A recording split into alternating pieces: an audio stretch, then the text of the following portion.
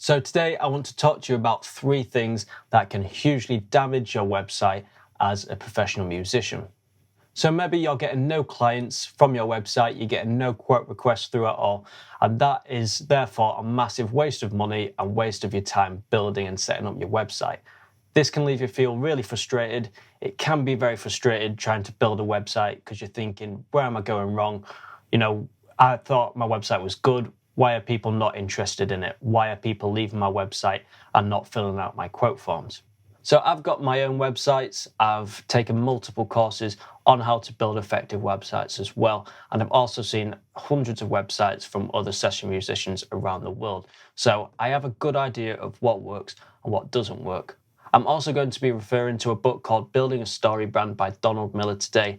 That was hugely helpful for me in building an effective website as well. So I'm going to be referring back to that and sharing some knowledge which I gained from that book that actually helped me double people's viewing time on my website and doubled my website's effectiveness. So with that being said, here are 3 things that I've learned that will completely ruin and damage your website as a professional musician and how to avoid them. The first thing that can ruin your website is having a huge bio or a huge section talking about yourself. I know that you are probably very proud of where you came from, very proud of all your achievements, and that is absolutely fine. But the thing is, people don't care about your achievements. They don't care about your life story. They don't care where you went to school, how long you've studied for, what awards you've won, what songs you've done, what bands you've played with.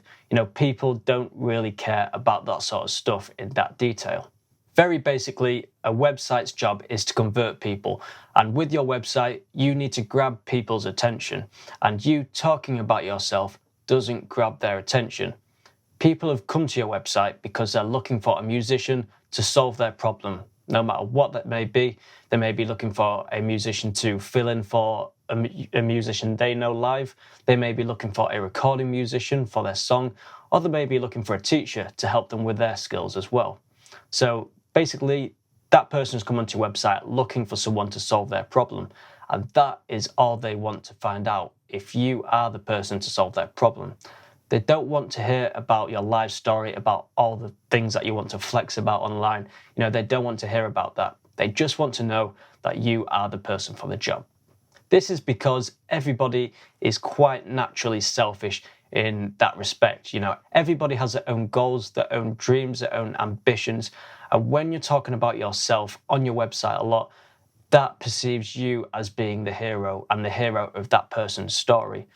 Everybody wants to be the hero in their own story. Everybody wants to achieve their goal, no matter what that may be. So you need to talk in terms of the client, in terms of your potential clients, not in terms of yourself. So this art of talking in terms of other people rather than yourself can take a while to nail, but the best thing you can do is, if you do have a bio, remove it from your site completely.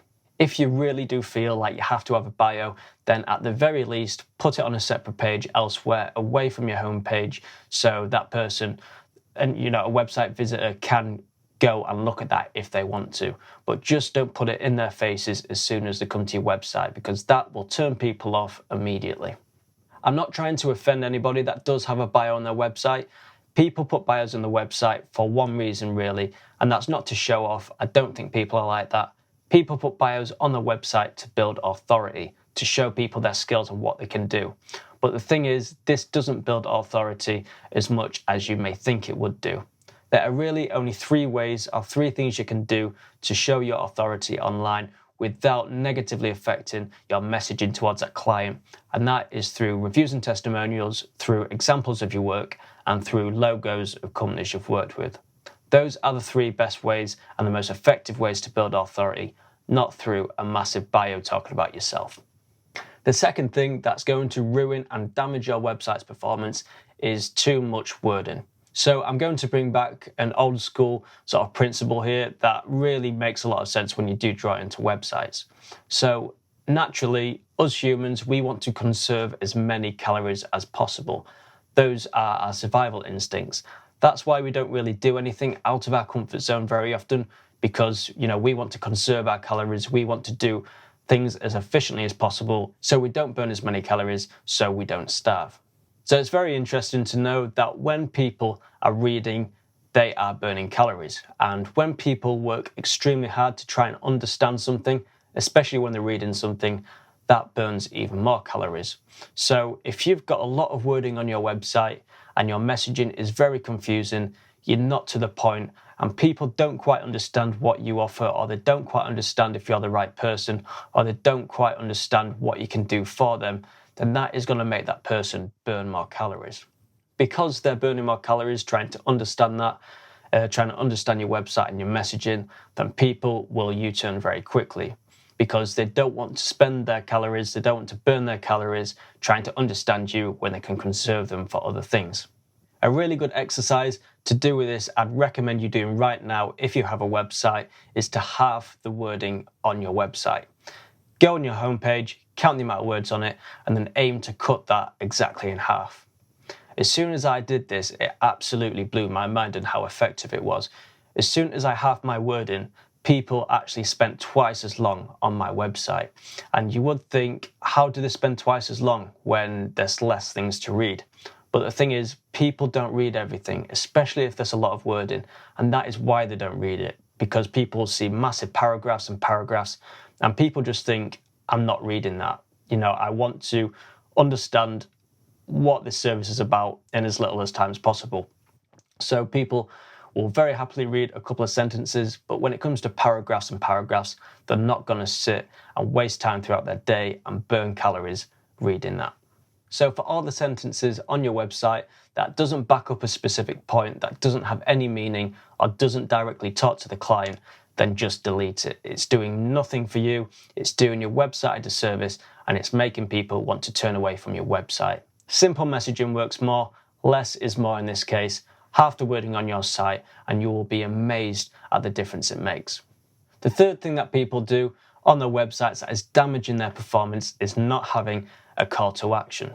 If you don't give people an option or an action to take, then they're not going to take any action. They're just going to read your website, they're going to scroll it, and they're going to exit because they're not being told to do anything. You need to hold people's hand.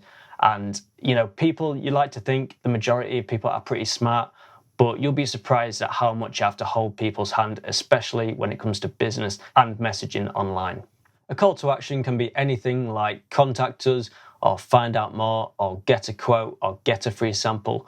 Calling somebody to take an action that gets them closer to becoming your client.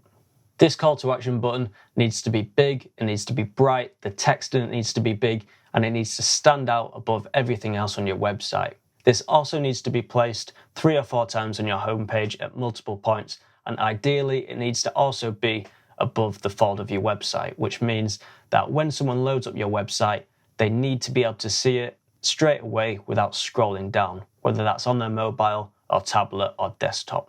Funnily enough, the massive goal of your website is to convert, and this call to action button helps you convert, which means that your whole website revolves around this call to action button getting clicked. So you can see now the importance of it, and if you don't have one, you can see how ineffective your website really is. So having a call to action button is so important. You need to make it as easy as possible for people to access it and click it. Like I say, make it stand out, make it big, bold, make sure the text stands out as well, and make sure that it attracts people's eyes and attention, because people clicking that button is going to get them closer to working with you and therefore get you more clients. So just to sum up quickly now, the 3 things that you are doing to damage your website's performance is having a big bio on your website, having too much wording on your website, and also not having a call to action. By removing a bio, by halving the wording on your site, and by adding a big bright call to action at the top of the folder of your website, those 3 things are going to be huge in helping people spend longer on your website, and therefore you're getting more work, more clients, and more interest from your website. Failure to do this is going to add to that frustration that you're currently feeling. It's going to keep making you waste more time working on your website. It's going to make you waste money keeping your website up when it's not bringing you clients in, and I don't want that for you. Honestly, these 3 things are so easy to implement, so just take a few hours out of your day to implement these things, and you'll be amazed at the results you'll get.